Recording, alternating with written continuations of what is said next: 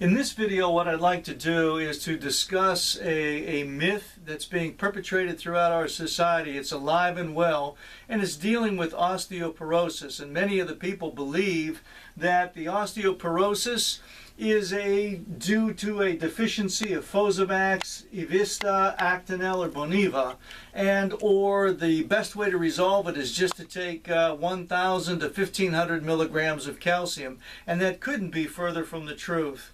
What we've got to understand is that the human body is fearfully and wonderfully made, and it's constantly regenerating and repairing itself.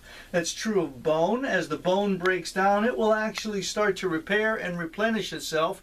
And that's true not only of the bone, as I said, but of all the tissues of the body.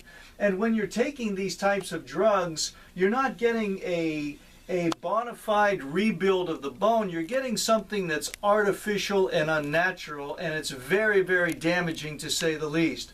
What's happening is that when the bone is being broken down and you're replacing it with one of these drugs, the outlook is not very good. As a matter of fact, I'm certain that most of you are unaware that at best you can only get from taking these drugs about a 2% improvement in the quality of the bone, and over just a few years before it plateaus or starts to diminish. Only 2% improvement by taking this. That's not good at all. But what's even worse is you're opening up the door to something very terrible that's happening to your body. Because for every action, there's always an equal and opposite reaction. And in the instance of this, when you lose the bone mineral, what's happening now is that heavy metals, very toxic heavy metals, are now being absorbed into the formation of the new bone. And that really concerns me. It's an issue for all of our patients that come to our center, as a matter of fact. It's one of the areas we look at because of the fact that so many people are on these drugs. Now, one of the most noxious, one of the most dangerous of all the toxic heavy metals is cadmium. The cadmium now has an affinity for bone, and it's going into the bone and it's replacing the minerals that should be there. It's a toxic heavy metal, and as it does that, it's pushing the zinc out of the bone. Now, we'll talk about that in just a few moments. But the cadmium now has an affinity for bone. It also is absorbed into the kidney and can result in high blood pressure and or kidney failure. Also, as far as the heart is concerned, it goes into the coronary blood vessels, resulting in coronary artery disease and or cardiomyopathy, which is damage and destruction of the muscles that make up the heart. And into the lungs, it results in emphysema. So this is nothing that we should take lightly. And it's a result of putting these chemicals in our body instead of looking to the cause and trying to identify what that is. As we go on now, I mentioned earlier that the cadmium will now displace the zinc. Now, for many people, when they think about zinc, they think about taking it for a cold or a fever or whatever. But I want to share with you that zinc is critically important in the human body and is responsible for the formation of over 200 different enzymes, which are of paramount importance to the body. So this is what's happening now. As the zinc is being depleted out of the bone, the cadmium is increasing, and as the cadmium is increasing, more and more zinc is being pushed out.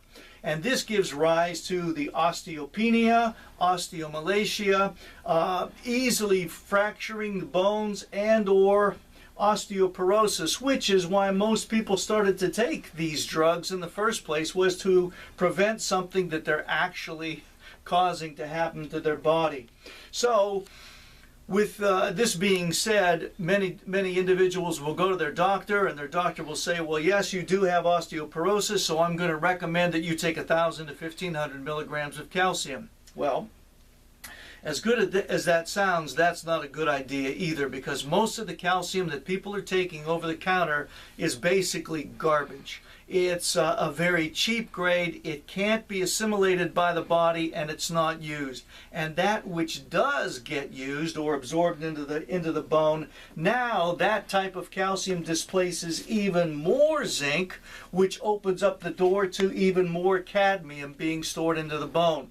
Now, as I said, this calcium can't be assimilated or absorbed by the body, utilized by it. So what happens is these minerals are now floating around the body, and they result in hardened arteries of the brain and of the heart. I'm telling you folks, this is terrible. So you may ask yourself, well, what do you do if you're one of these individuals who are on these drugs? My first recommendation is go to your doctor or see a physician that will do an RBC, intracellular nutrient and toxic heavy metal profile on you. That way you can see the level of the zinc, you can see if you have absorbed these heavy metals, and if you have, then you can take action in order to clear it out of your body. You need to find a doctor that does that. That's what we do for all of our patients that are coming in that have these types of issues. Because what we want to do is not throw something at a condition, but rather find out and identify the cause. Because folks, when you find the cause, usually the solution presents itself. And what we want to do for our patients is always offer them the best performance of their life. Isn't that the responsibility of all doctors?